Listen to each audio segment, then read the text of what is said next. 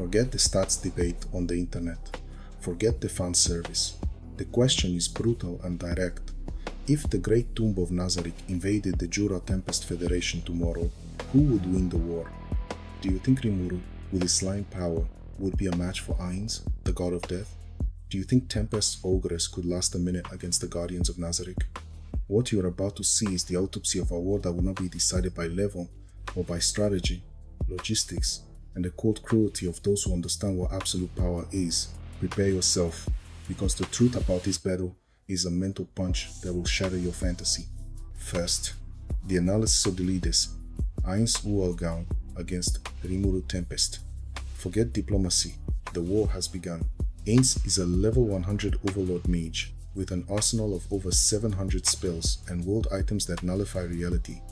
Rimuru, at his peak, is a true dragon with ultimate skill abilities that rewrite the laws of physics. The problem is the nature of power. Ainz has a static but absolute power within the rules of Yggdrasil. Rimuru has a dynamic power which evolves and absorbs the rules of the new world, while Ainz is the strategy genius who plays chess. Rimuru is the adaptation genius who changes the rules of the game. What is more dangerous, absolute power or power that learns? So let's go to the direct confrontation. Ainz has the initial advantage of time stop and instant death. If Rimuru doesn't have a nullification ability or resistance to these effects, the fight ends in 0.01 second. Ainz doesn't hesitate, he doesn't talk, he kills. But there is an ace up the sleeve that can counter this power. The Great Sage, or Seal, which is a supercomputer that analyzes and nullifies threats. If Rimuru survives the first blow, the game changes. Rimuru can absorb Ainz with Predator or use Void Guard Azathoth to nullify magic. What we have as a historical fact is that the Great Sage seems to live in a space and time different from the common, and it acts in a way that it is not necessary for Rimuru Tempest to be conscious to act. And every time Rimuru is close to death, it acts to nullify the magic and save Rimuru Tempest. For this reason, I believe that this ability is the perfect counter for the magical abilities of Ainz Ooal. Could Ainz have a world item that could circumvent this? Yes, but he hasn't shown anything similar so far. Point for Rimuru Tempest. But this video is not a 1v1 in a fair fight. It is a war between two nations, full of allies that can unbalance the scale of the war. For this reason, let's go to what is primordial for an invasion: strategy. To begin with, Ainz never invades a nation head-on. He sends spies, analyzes the environment, collects information, and only then sets up a plan to start the destruction of the adversary, usually from the inside out. To analyze, let's create a small narrative here. Ainz Ooal notices a nation that is growing in size, alliances, and technology, and this lights up the alert in the God of Death. To find out more, he sends Demiurgus and Sebastian to investigate this Jura Tempest Federation. Let's agree that infiltrating the slime country would be easy, as it is a country full of different creatures and has open borders. Two dragonoids would go unnoticed in the middle of the crowd. However, Sebas or Demiurgus would certainly ask different questions and move things around a bit in Jura, and sooner or later, this would activate the attention of Sue, the ninja who acts as Rimuru's eyes within the Jura Tempest nation.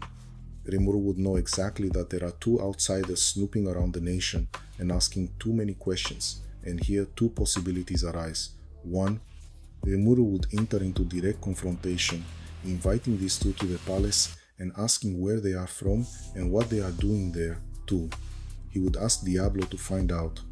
In any case, whether in the mansion or in the espionage, Diablo would certainly be able to read something malicious in the two, especially in Demiurgus, and would alert Rimuru, who in turn would ask him to investigate. Diablo would certainly do a good job and discover that these two are acting at the request of the king of a place called Nazarick. Well, this would be our small narrative, and now you must be thinking, would there be anyone more strategic than Demiurgus in Jura Tempest? And my answer is yes. His name is Diablo, and here the strategic conflict would reach a point where both accept that losses in this war will be inevitable. While analyzing the anime, we realize that Diablo is an executor. He executes plans. He doesn't build entire wars. His genius lies in perfect interpretation and execution. He always thinks from Rimuru's will, acts as an elite general, not as an architect of the conflict Diablo shines in. counterattacks, punctual manipulation, surgical extermination. Brilliant plays within a larger plan, but he doesn't live for strategic warfare. He lives to serve. Demiurgus already acts as an absolute strategist, acting superior to Ainz in terms of strategy and intellect. His differentialist method plants layers of contingency, works with disinformation, uses calculated sacrifices without hesitation, thinks of political, moral, and symbolic victory, not just military. Builds scenarios where the enemy thinks they are winning when they have already lost. In fact, in many moments of Overlord, Demiurgus wins wars before the battle begins. When the conflict explodes, he has already written the ending. You must be thinking, but Rimuru is a genius strategist. He can be the strategist himself to face Demiurgus, right? Wrong. Rimuru adapts very quickly, yes, has instant analysis from Raphael Ciel, can simulate scenarios, but honestly I see him very far from the coldness and expertise of Demiurgus.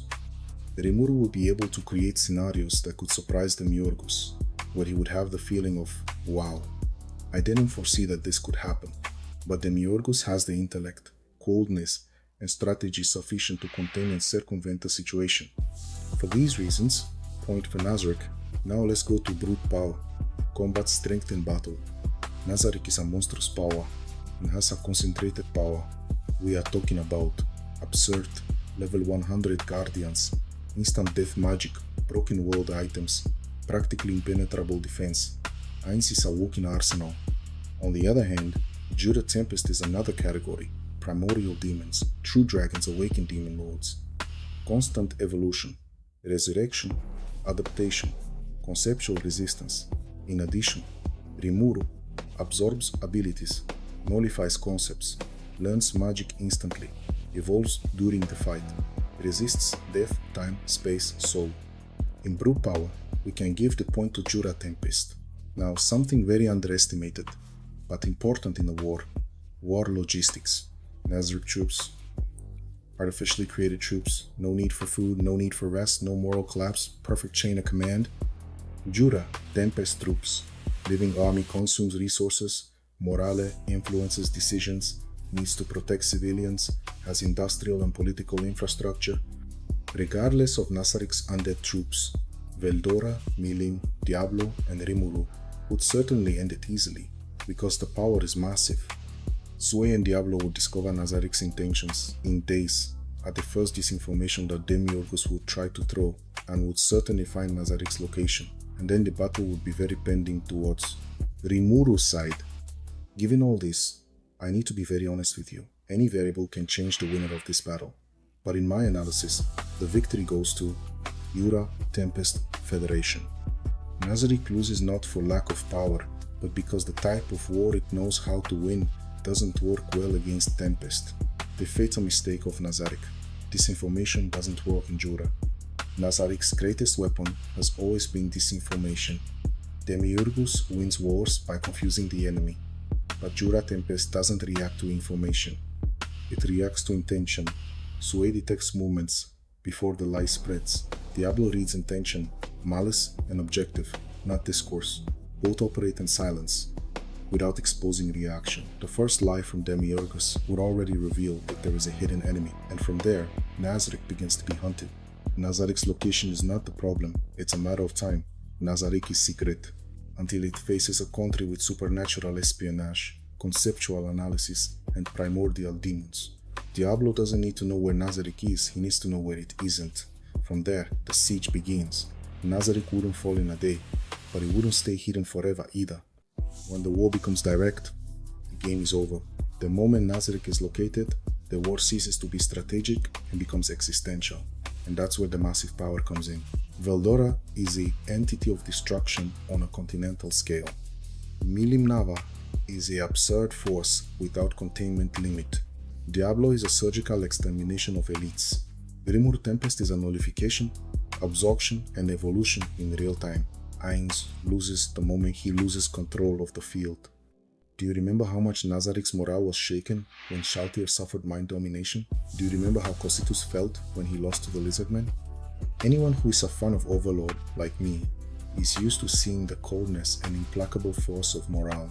because they have never faced an enemy that is minimally up to their power. This created an illusion in us that their morale is unshakable, but the truth is that if a guardian falls, Demiurgus and Ainz would have difficulties containing the morale of the other guardians. Ainz Ooal is a genius, but he needs to control the battlefield. And then the final blow, time stop, conceptual resistance, instant death, multiple layers of nullification. World items? Rimuru learns, not just resists. When Ainz realizes that his rules don't apply, he's already fighting a war he cannot win. So yes, Nazarick would win battles, Nazarick would win common kingdoms, but against Jura Tempest, it would lose the war. Because this is not a fight between castles, it is a fight between a power that stopped growing and another that evolves while fighting. What is your opinion? Did I miss anything? Is there a factor that you think would change the rules of the game? Comment below and let's have a healthy debate and have fun while we have our imaginary battles. Big hug and see you next time.